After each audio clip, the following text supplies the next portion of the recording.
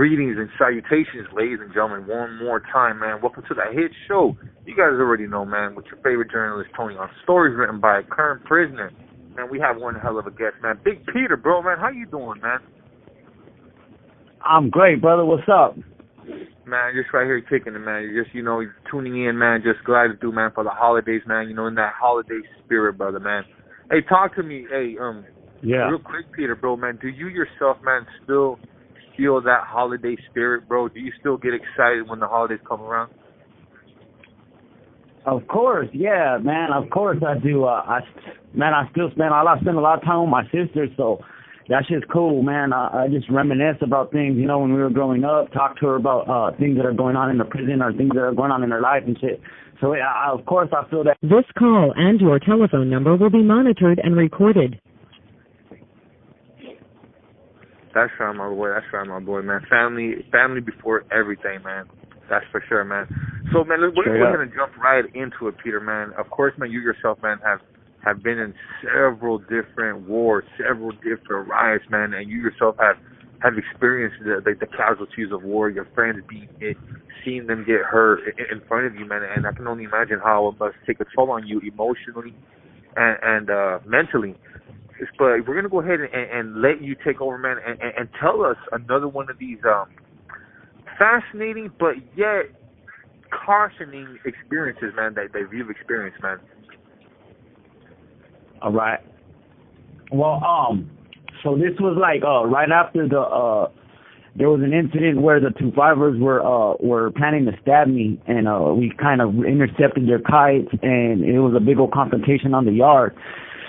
So it was a confrontation in the yard. They denied riding the kites. They basically stripped and removed the people that gave us the information that we went off that made us steal the kites and do all the knife finding knives and all this other stuff. So there was a bunch of stuff like that. So in order to establish that my brothers were not going to let them touch me, they made me their MAC rep, and which means that I was the institutional mouthpiece. For the yard, I went out there and I spoke on behalf of the independent writers, and so they make me the institutional mouthpiece. So within like 3 weeks of me being in that position, because it's a position that it works with the administration and helps navigate things for the prisoners. It helps the voice of the prisoners. We basically tell the administration what's going on, not in that sort, but in sort of our program and stuff like that.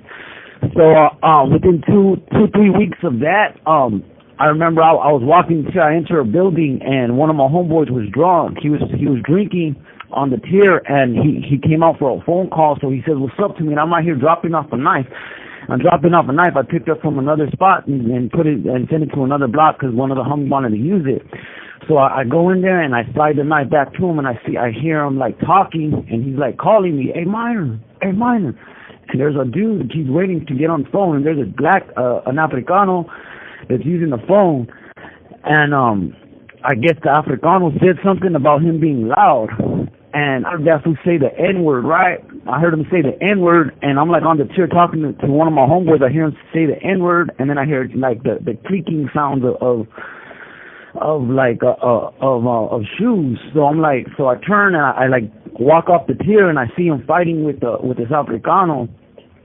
So I jump in, so we're 2-on-1 this Africano, and they come in, they throw a bomb. Well, they don't throw a bomb, they pepper spray us. They pepper spray us, and we go down and stuff. It was going to be an issue. We had to address this now. We had to go to the Africanos and tell them, "Hey, man, this is why we jumped your homeboy." And honestly, it wasn't a good enough reason. The homie called it an N-word. So the next day, right? So I go back. I signed the chrono. Everybody signs their chrono. So the Africano wasn't scared. He signed his chrono. He comes back. So we go back to our cell, and I have to I'm telling my Sally the whole thing, and my Sally's like, "Let's just go out there and just see what's going on, see what they want to do." All right. So we go as soon as we walk out there, the two drivers are like, "Hey, fool, what happened?" And we had this Machica thing going on, bro, and the Machica commitment was that any racial thing that we were to have each other's back. And so they come and they approach me and they're like, hey fool, like what's going on? What happened with that Africano fool? And I was basically, I like withheld the part where my brother was in the wrong because I didn't want to throw him under the bus. So I'm just sitting there like, yeah, fool, like this fool was just tripping, bro, because the homie was having a good time. He was using the phone, and I guess that fool got mouthy, you know. So they're like, oh, all right, well, just let us know if you need us. We're right here. So as I walked onto the yard, bro, the whole yard segregated. Like there's like, they have the 2 fibers that are like. You have 60 seconds remaining. Basketball court. You want me to call back? Call me back. Yeah, so as I walk out, there's like about like 9 IRs with me that are like right behind me, and I'm kind of leading the pack. And I walk onto the yard, I see a congregation of IRs, like over there by, like they were separate, they were different from our table, you know, because we usually have a table, it's right next to the Northern Riders, next to the black, it's like 2 tables down from the blacks and the Muslims. So, my brothers are congregating on the handball court, and it's directly across from the 2 fibers, and like next door to the next table over is the All Stars, and the All Stars is another prison game, right? But so as I come out, like everybody's just looking towards me, like, hey bro, like, and one of the 2 fibers, which was actually black, his name was Low Key from H.A. Gangsters. He's like, what's up, man? Like, hey, what we gonna do? And I'm like, hey fool, give me a minute, let me talk to my brothers, and I'm gonna get at you, fool. And he's like, all right. So they go and they form their little circle, and you could tell everybody was ready. And the blacks are kind of inviting it, like they were jumping up and down. They were doing that like hype, that little hype thing that they usually do. So I walk over to my brothers, and my brother, the one that kicked it off, is right there trying to explain himself because he knows, like, man, there's something gonna be terribly wrong if we kick off a riot, and it's over him calling that fool a derogatory word. So he's trying to explain himself. And the homies are right there like, hey, fool, what happened, minor? And I'm like, hey, fool, like, honestly, I don't know. I just heard them. I didn't say anything about the N-word. I'm just like, hey, fool, like, they just started arguing, fool, and I don't know, fool, they started fighting, so I ran in and I jumped in, fool, like I'm supposed to, you know?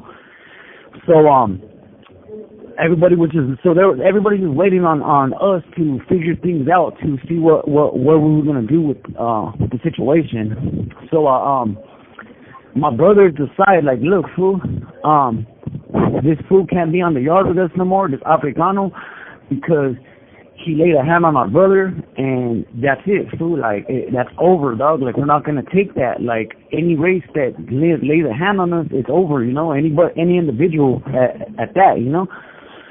So I'm like, all right, well, then that means you got to kick it off.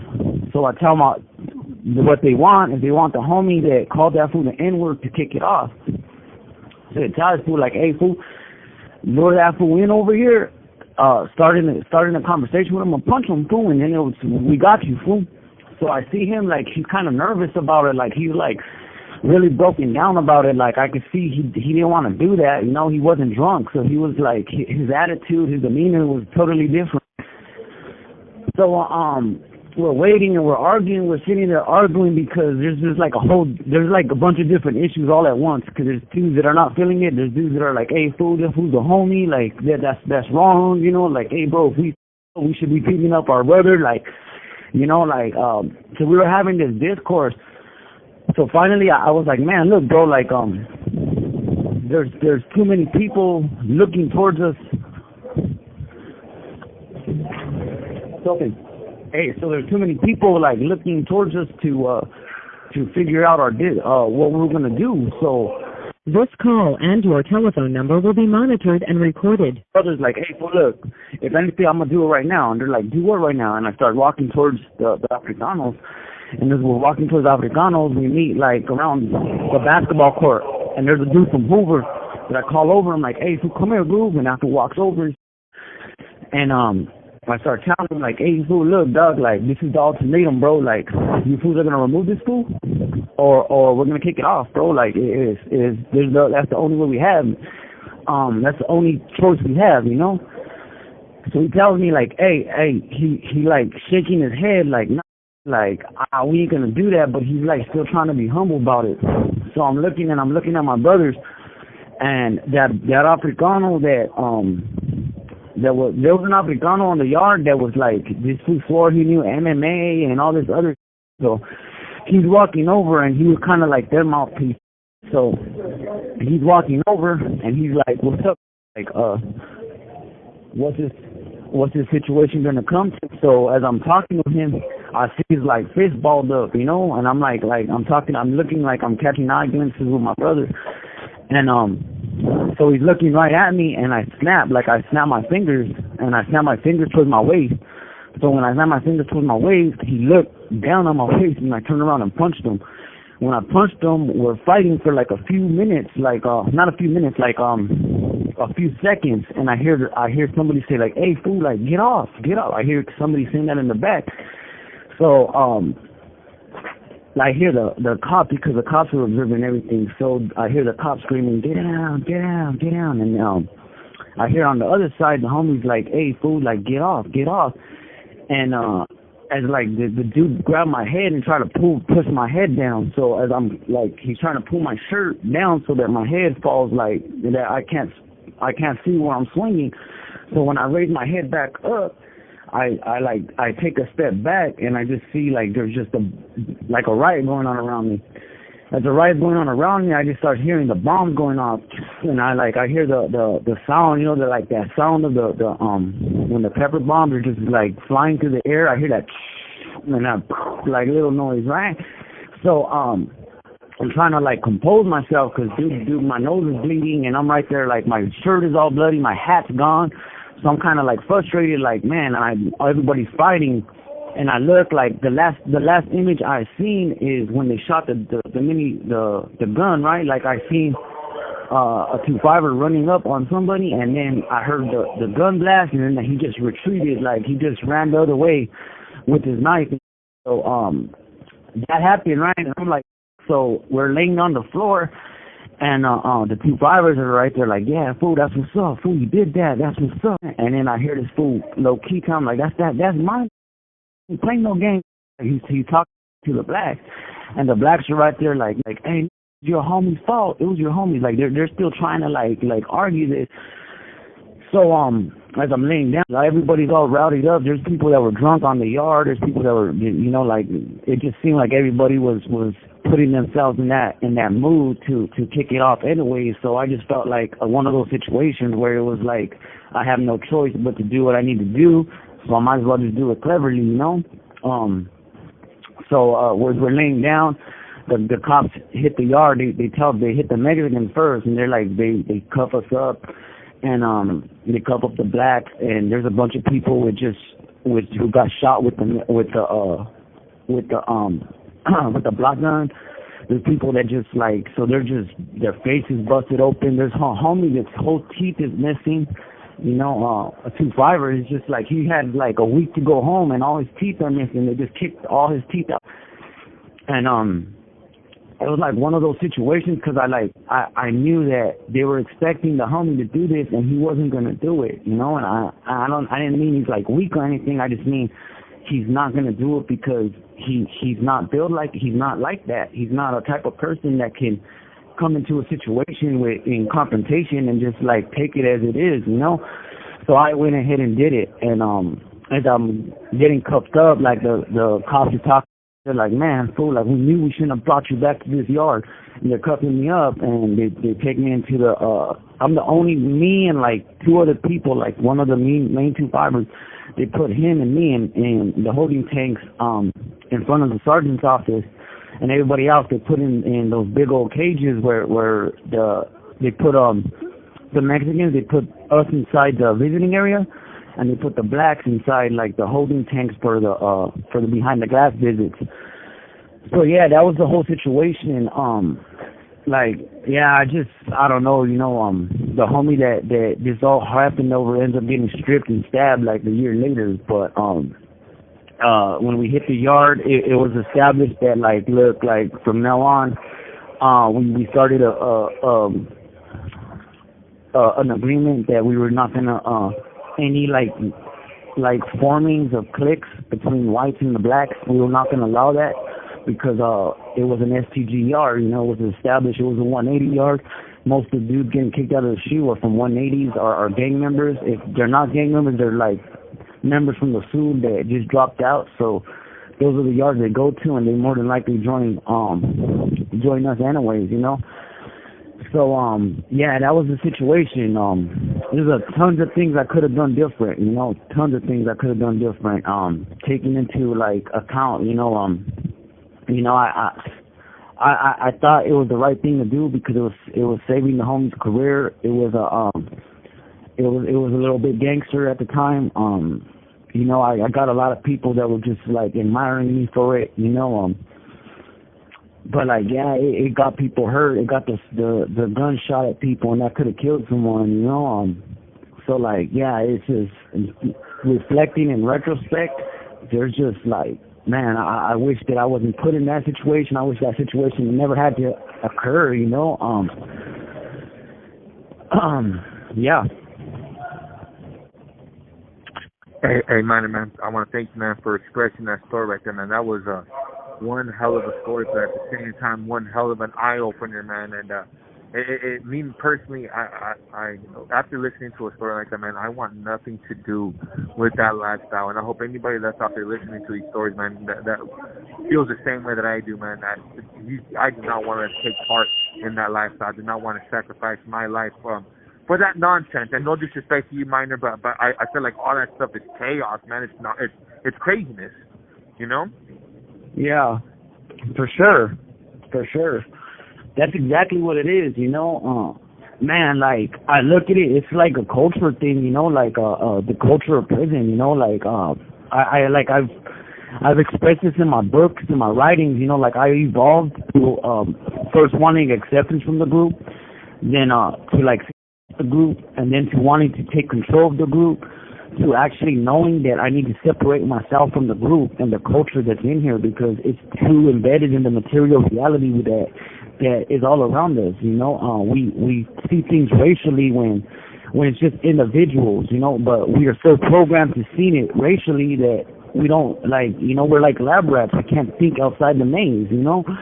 So like now it's just like, man, there's like, I think things differently. I take things into account, like, okay, the reality that I have to deal with and the perspective of that reality and how I can foster some way to see it differently that doesn't have to resort to violence and resort to things that just tarnish your humanity and just destroy you inside, you know.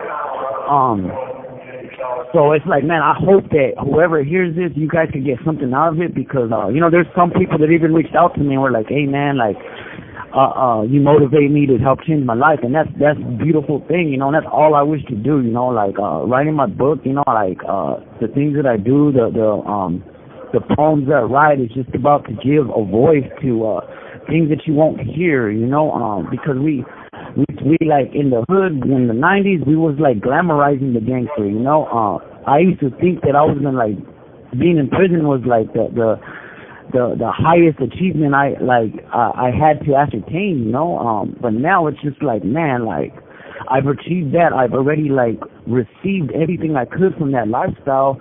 There's not too much more that can excite me or make me even want to resort to that because I know what it does to me, you know. It just destroys me. It puts the image before the person, and that's not cool, you know what I'm saying? So if you hear this, you know, I hope you can take that with you, you know, because that's all I care to do, you know.